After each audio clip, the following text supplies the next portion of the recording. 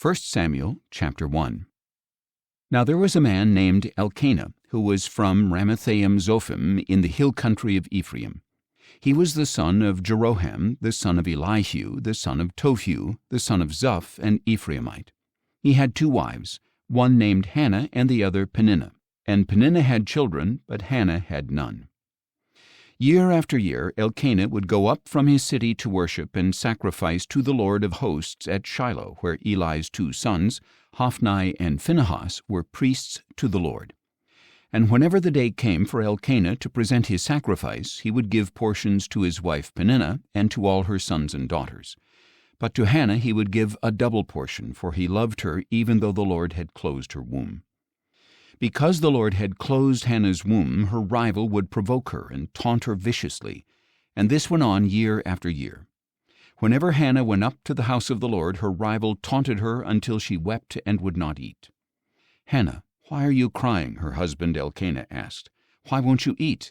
Why is your heart so grieved? Am I not better to you than 10 sons?" So after they had finished eating and drinking in Shiloh, Hannah stood up.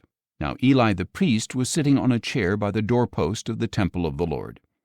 In her bitter distress Hannah prayed to the Lord and wept with many tears. And she made a vow, pleading, "O Lord of hosts, if only you will look upon the affliction of your maidservant and remember me, not forgetting your maidservant, but giving her a son, then I will dedicate him to the Lord all the days of his life, and no razor shall ever come over his head." As Hannah kept on praying before the Lord, Eli watched her mouth.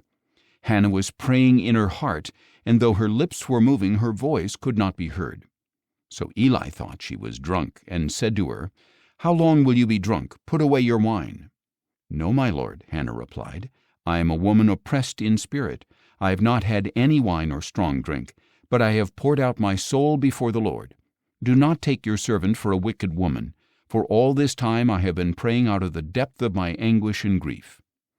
"Go in peace," Eli replied, "and may the God of Israel grant the petition you have asked of him." "May your maidservant find favor with you," said Hannah. Then she went on her way, and she began eating again, and her face was no longer downcast. The next morning Elkanah and Hannah got up early to bow in worship before the Lord, and then returned home to Ramah. And Elkanah had relations with his wife Hannah, and the Lord remembered her. So in the course of time Hannah conceived and gave birth to a son. She named him Samuel, saying, "Because I have asked for him from the Lord." Then Elkanah and all his house went up to make the annual sacrifice to the Lord and to fulfill his vow. But Hannah did not go. "After the boy is weaned," she said to her husband, "I will take him to appear before the Lord and to stay there permanently." "Do what you think is best," her husband Elkanah replied, "and stay here until you have weaned him. Only may the Lord confirm his word." So Hannah stayed and nursed her son until she had weaned him. Once she had weaned him, Hannah took the boy with her, along with a 3-year-old bull, an ephah of flour, and a skin of wine. Though the boy was still young, she brought him to the house of the Lord at Shiloh. And when they had slaughtered the bull, they brought the boy to Eli. "Please, my lord," said Hannah, "as surely as you live, my lord, I am the woman who stood here beside you praying to the Lord. I prayed for this boy, and since the Lord has granted me what I asked of him, I now dedicate the boy to the Lord. For as long as he lives, he is dedicated to the Lord." So they worshiped the Lord there.